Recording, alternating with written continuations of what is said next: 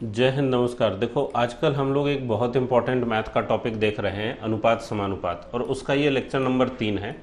देखो, पिछले लेक्चर में हम लोगों ने देखा प्रथम समानुपाती, मध्य समानुपाती, तृतीय समानुपाती। तो बहुत सारे अच्छे कॉन्सेप्ट उस लेक्चर में थे, सेकंड लेक्चर नंबर 2 में। तो अगर उसको नहीं देखा है तो ज़रूर देख लीजिए, क्योंकि इस लेक्चर में हम लोग चतुर्थ समानुपाती देखेंगे और इन चारों तरह के समानुपाती से रिलेटेड जो अच्छे अच्छे क्वेश्चन पूछे गए हैं एग्जाम में, वो हम लोग करने जा रहे हैं। तो कॉन्सेप्ट क्लियर होना जरूरी है, इसलिए एक बार जरूर से उस वीडियो को जाकर देख लीजिए। ठीक है, बाकी हम लोग इसको शुरू करते हैं, देखते हैं कि चतुर्थ समानुपाती क्या है। देखो, चतुर्थ समानुपाती के बारे में कहा जा रहा है कि ए बी सी का चतुर्थ समानुपाती अगर x है तो x का मान जो है भाई इतना होगा। और क्यों होगा इतना, इस चीज को देखो। जैसे आप लोग को बताया हुआ है कि अगर चार संख्याएं हैं, a अनुपात b समानुपात c अनुपात d, तो इसमें ये जो d होता है ये चतुर्थ समानुपाती है। और इसी d का मान यहाँ पर कहा जा रहा है कि मालूम नहीं है, तो मालूम नहीं है तो इसको क्या मान लिया, x। मतलब a b c और x अगर समानुपात में है तो इसको a बटा b बराबर c बटा x कहा जा सकता है। और x का मान निकालने के लिए क्या करेंगे, b और c को गुना करेंगे bc, और बटा में ये a आएगा, मतलब ax बराबर bc। और x क्या होगा भाई, x होगा bc बटा a। ठीक है, तो आगे बात समझ में, ये चतुर्थ समानुपाती कैसे मिलेगा, bc बटा a। देखो, एक और इम्पोर्टेंट बात, शायद पिछले लेक्चर में भी बताया ही है मैंने, कि कभी भी ए बी सी पर ये जो फॉर्मूला आ रहा है उसको मत याद रखो, उसका पोजीशन याद रखो। जैसे चतुर्थ समानुपाती निकालना है तो भाई दूसरा तीसरा बटा पहला करना है, क्योंकि ये ए बी सी याद रखोगे ना, ए बी सी का पोजीशन बदलते रहता है, कभी आगे एक्स आ गया तो ए फिर दूसरा नंबर बन जाता है। ठीक है, तो याद रखो चतुर्थ समानुपाती निकालने के लिए क्या करना है, दूसरा गुना तीसरा बटा में पहली संख्या। ठीक है, इस तरीके से ध्यान में रखना है, तो कभी गलत नहीं होगा। ज़्यादा अच्छा हो कि ये वाला प्रोसेस एक लाइन लिख के सोच लिया जाए तो और बेहतर है। ठीक है, इसमें समय नहीं लगता, ये भी कम समय में ही बन जाता है और आसानी से सॉल्व भी हो जाता है। देखो, एक साधारण सा क्वेश्चन पहले देखो चतुर्थ समानुपाती पे, कि कहा जा रहा है कि 9, 17 और 27 का चतुर्थ समानुपाती ज्ञात करें। तो भाई 9 अनुपात 17 समानुपाती 27 समानुपाती x। ठीक है, अब इसको इस तरीके से समझना है। ठीक है, चतुर्थ समानुपाती निकालना है तो इसका अर्थ क्या हो गया, ये। तो क्या इस चीज को लिखेंगे एग्जाम में, इसको लिखने की जरूरत नहीं है। क्वेश्चन देखते ही आपके दिमाग में ये चलना चाहिए कि 9 बटा 17 बराबर 27 बटा x होना चाहिए, अगर आप फॉर्मूला नहीं याद रखना चाहते हैं तो। और नहीं याद रखना ही ज्यादा बेहतर है, नहीं तो कंफ्यूजन होकर क्वेश्चन गलत भी हो सकता है। ठीक है, bc बटा a था कि ab बटा c था, आदमी उसी में कंफ्यूज हो जाता है। ठीक है, तो 9 बटा 17 बराबर 27 बटा x, चौथा नंबर पे x है। अब देखो, यहाँ 9 तिया 27 है तो 17 तिया 51 यहाँ नजर आना चाहिए हर में। आंसर क्या होगा, x का मान 51, जो कि ऑप्शन नंबर सी में है। आया बात समझ में। अब कोई कहेगा कि नहीं सर, इसको तो सॉल्व किए ही नहीं, तो भाई आप इसको काट कूट करना चाहते हैं तो वैसे भी करके देख सकते हैं कि 9 बटा 17 बराबर 27 बटा x है, और 9 से 27 कटेगा 3 बार में, x इधर जाके गुना होगा तो x से गुना 1 x बनेगा, और 17 गुना 3 51 बनेगा। तो बात बराबर ही है, जरूरत नहीं है कि हम लोग हर बार काट काट के ही सॉल्व करें। अनुपात समानुपात का मतलब भी यही है कि दोनों बराबर रेशियो में बढ़ते हैं। तो अगर ऊपर वाला 9 तिया 27 हुआ है तो नीचे वाला 17 तिया 51 हो जाना चाहिए, है ना। क्यों हम लोग काट कूट करने में मेहनत बर्बाद करें, जहां जरूरत होगा वहीं करेंगे। अब देखो, ये दूसरा क्वेश्चन जो है, इसमें कहा जा रहा है 12, 16, 6 का चतुर्थ समानुपात और 4, 6 के तृतीय समानुपात के मध्य अनुपात जो है वो ज्ञात कर रहा है। ठीक है, ये देखो CGL 2021 का पूछा क्वेश्चन है।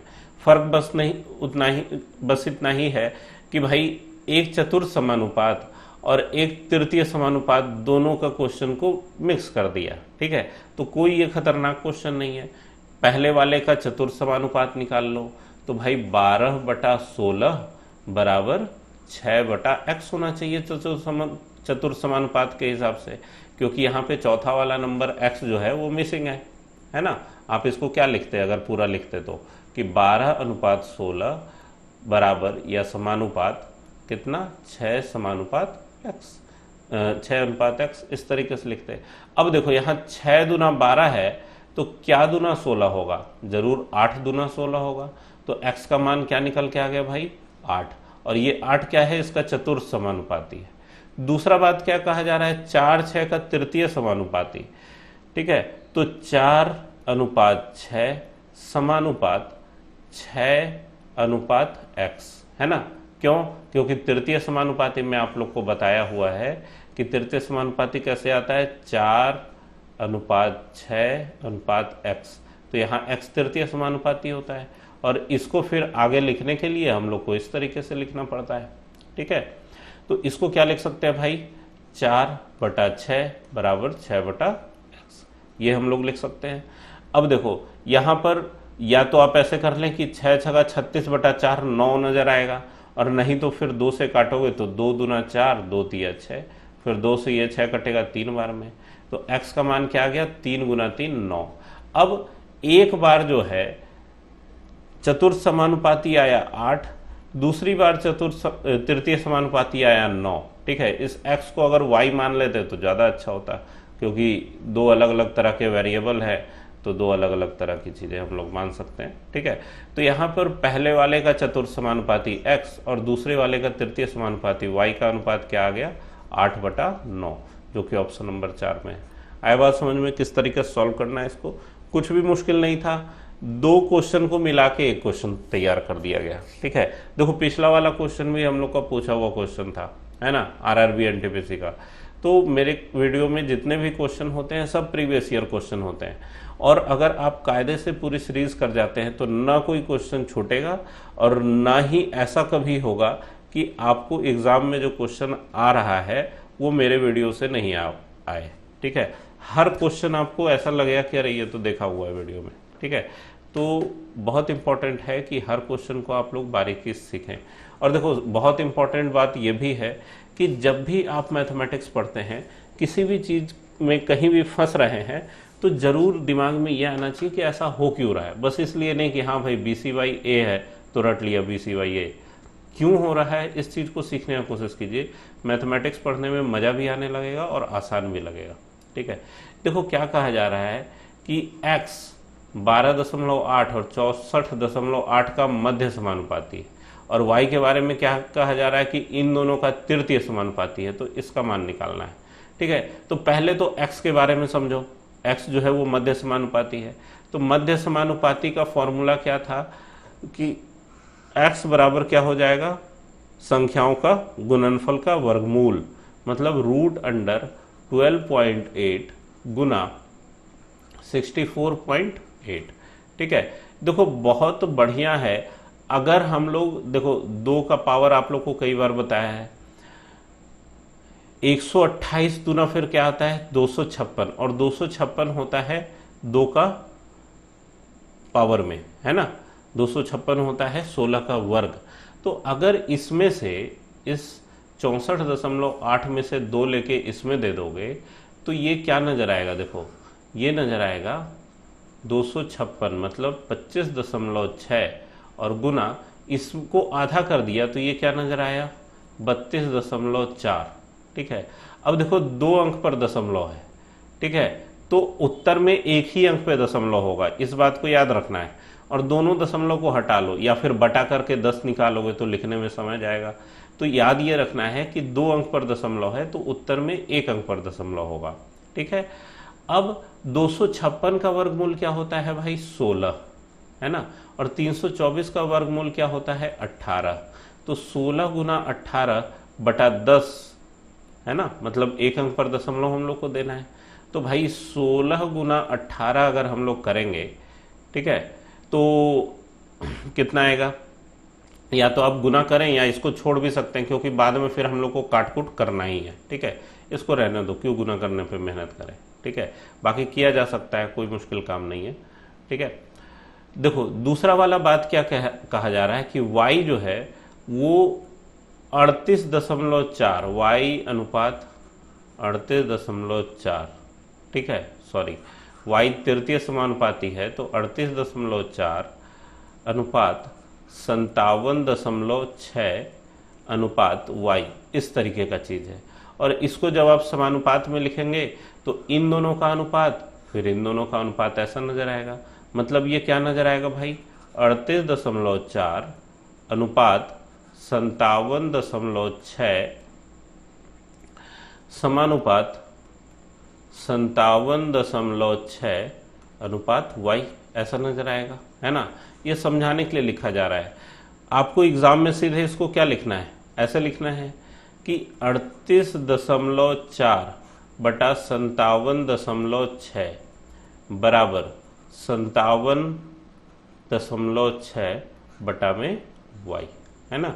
और पॉइंट से पॉइंट उड़ा देंगे, इधर बचा कौन 57.6, इसको भी हटा के नीचे 10 दे सकते हो, ठीक है।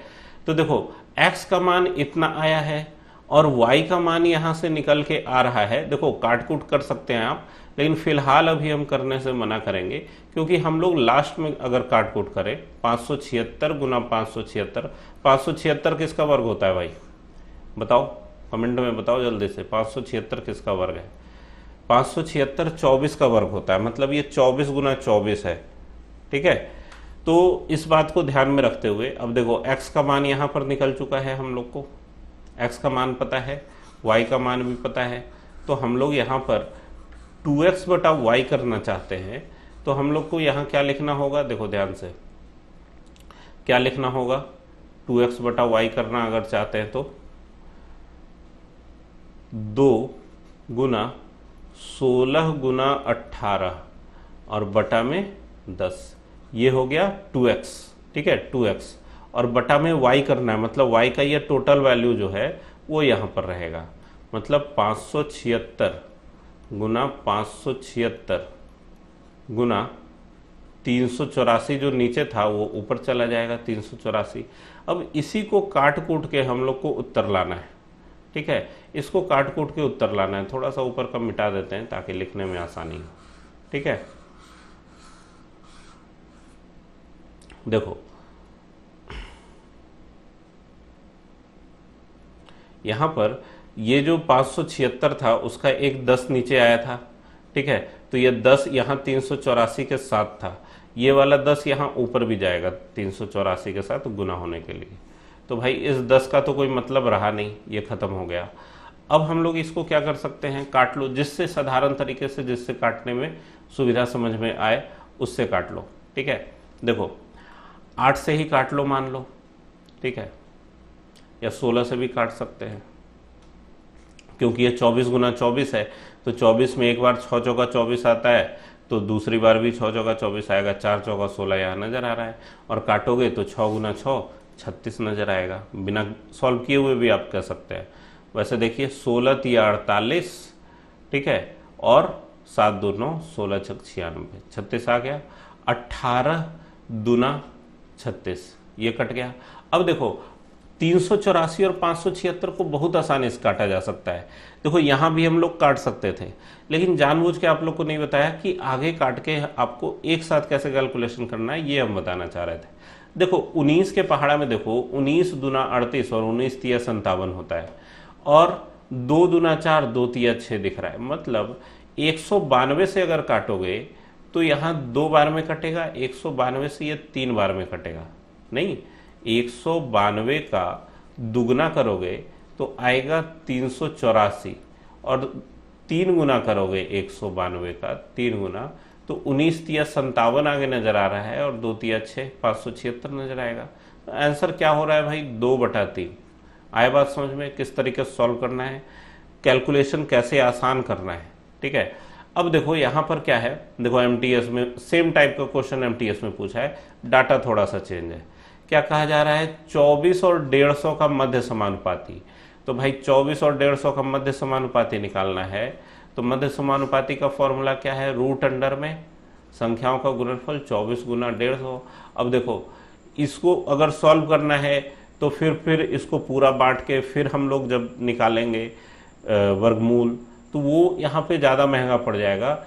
24 गुना 15 या 24 का 1.5 गुना करना बहुत आसान है। 24 का 1.5 गुना क्या होगा, 36 होता है, नहीं तो अगर 150 से गुना करना है तो यहाँ पर 3600 आएगा। गुना करना बहुत आसान है, और 3600 का वर्गमूल क्या हो जाएगा भाई, 60 होगा।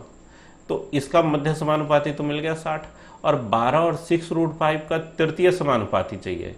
तो तृतीय समानुपाती अगर फॉर्मूला याद रखना चाहते हो तो फिर 6√5 गुना 6√5 बटा में 12 करके तृतीय समानुपाती आप बहुत आसानी से निकाल सकते हैं।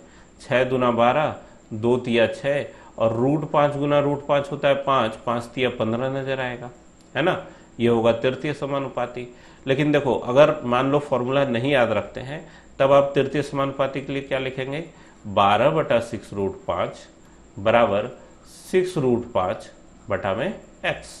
ठीक है, मतलब x अगर तीसरा नंबर है तो बीच वाले को दोनों जगह देना होगा, सिंपल सी बात है। अब इसको अगर काट लें तो 6 से 12 2 बार में कटेगा, 2 से ये 6 3 बार में कटेगा। x का मान कितना नजर आया भाई, ये √5 उधर जाके गुना हो गया अगर तो 3 × 5 = 15 नजर आएगा x का मान। x मानो या y मानो, जो भी है y मान लो। ठीक है, अब यहाँ पर पूछा जा रहा है कि इनके बीच क्या अनुपात है, मतलब x बटा y का मान पूछा जा रहा है।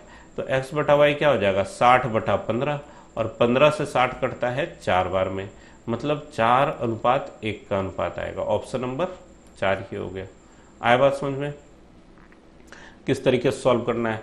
हमेशा कॉन्सेप्ट को अगर पकड़ के चलोगे तो गलती कभी नहीं होगा, ना भूलने का संभावना होगा और ना ही क्वेश्चन गलत होगा। ठीक है, देखो एक क्वेश्चन और ही ये है, बहुत अच्छा क्वेश्चन है कि x और y दो संख्या हैं जिनका मध्य समानुपाती 9 है और तृतीय समानुपाती 243 है।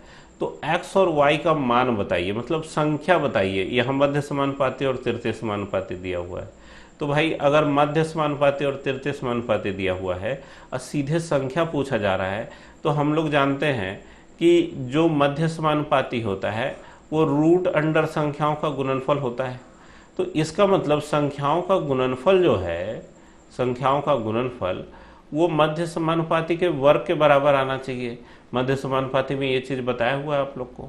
तो अगर ये संख्याएं हैं तो गुना करके देख लो कि आता है कि नहीं। देखो यहाँ 9 तिया क्या हो रहा है, 27 और मध्य समानुपाती है 9, 9 का वर्ग क्या है 81, 81 आना चाहिए संख्या गुना करके, तो इसमें तो आया नहीं। दूसरा देखो 27 तिया क्या होता है 81 और यहाँ है 9, तो 9 का वर्ग 81 है, तो यही इसका आंसर होना चाहिए, ऑप्शन नंबर 2। क्योंकि देखो 27 गुना 6 करोगे तो 81 का डबल हो जाएगा, मतलब 162 टाइप का नजर आएगा, और 81 गुना 6 करोगे तब तो ये और भी बहुत ज्यादा होगा। तो ऑप्शन नंबर 2 ही आंसर होना चाहिए। अब अगर कंफ्यूजन हो, मान लो दो ऑप्शन ऐसा दे दे कि आपको, मतलब कई बार ऐसा होता है कि दो ऑप्शन जो है वो गुना करके आपको ये 81 नजर आ जाएगा। मान लो 9 गुना 9 टाइप का होना चाहिए, लेकिन वैसा देगा नहीं। कोई डाटा वैसा हो सकता है बड़ा, जैसे यहाँ पर अगर मध्य समानुपात 9 नहीं होकर 16 हो जाता तो फिर बहुत तरह के कॉम्बिनेशन बनते संख्याओं के। ठीक है, तो उस स्थिति में इस तृतीय समानुपाती को भी हम लोग निकाल के चेक कर लेंगे कि संख्या से तृतीय समानुपाती इतना आ रहा है कि नहीं। मतलब 3/27 बराबर 27/x करने पर संख्या निकल के आ रहा है कि नहीं, तृतीय समानुपाती आ रहा है कि नहीं। तो भाई 3 से 27 काटेंगे 9 बार में और x का मान क्या हो जाएगा 27 गुना 9, जो कि आएगा 243। तो आया बात समझ में, कैसे आंसर ढूंढना है बिना क्वेश्चन सॉल्व किए हुए। ठीक है, तो इस तरीके से बनाना है। एक क्वेश्चन और देखो, ये भी बहुत इंपॉर्टेंट है और ये क्वेश्चन अलग अलग एग्जाम में कई बार पूछा गया है। ठीक है, कई बार पूछा गया है कि दो मध्य समानुपाती निकालिए, और इसको बनाने का तरीका भी, थोड़ा सा सोचने का तरीका इसमें अलग है। नहीं जानकारी होगी तो क्वेश्चन ये छूट जाएगा। ठीक है, देखो यहाँ दो मध्य समानुपाती निकालना है तो भाई आपको ऐसा लिखना पड़ेगा 2:x1 प्रोपोर्शन x2 रेशियो 54। ठीक है, मतलब अगर दो मध्य समानुपाती है तो बीच में दो संख्याएं नजर आनी चाहिए, ये इसके कहने का मतलब है। मतलब कि आप यहां पर यह कह सकते हैं कि 2/x1 बराबर x2/54 है ना, x2/54, और तिरछा गुना कर दे अगर तो x1 इंटू x2 का मान कितना होगा भाई 54 गुना 2। 54 दूना क्या होता है 108। मतलब कि ये जो दो मध्य समानुपाती निकालना है उनका गुणनफल 108 आना चाहिए। ठीक है, इनडायरेक्टली जो क्वेश्चन है वो ये चाह रहा है कि जो मध्य समानुपाती है उनका गुणनफल 108 होना चाहिए। तो भाई गुणनफल 108 किस में आ रहा है, देख लो यहाँ आ रहा है 12×6 = 72, 6×9 = 54, गलत हो गया दोनों। 18 पचे 90, 18 छः के 108, यही आंसर होगा। 18 गुना 12 तो और दुगना हो जाएगा, 18 गुना 6 का मतलब 216 हो जाएगा। ठीक है, तो ये तो होगा नहीं। आए बात समझ में किस तरीके से क्वेश्चन सॉल्व करना है एग्जाम में। हर एक क्वेश्चन में कुछ ना कुछ अलग कॉन्सेप्ट, अलग ट्रिक आपको मिल सकता है। अगर आप गणित सीखेंगे तब आप मेथड लगा पाएंगे। अगर आप केवल ट्रिक सीखेंगे, मान लो इस तरह का क्वेश्चन का ट्रिक रट लिया कि ऐसे करना है, थोड़ा सा ट्विस्ट होगा क्वेश्चन, फिर समझ में ही नहीं आएगा कि करें क्या। ठीक है, तो हमेशा गणित सीखने पे जोर दीजिए। गणित सीखने की चीज़ है, रटने की नहीं। ये लगभग हर वीडियो में हम बताते हैं। ठीक है, तो रटने का नहीं, समझने का कोशिश करना है, पढ़ते रहना है, मेहनत करते रहना है। मिलेंगे हम लोग फिर से नेक्स्ट वीडियो में।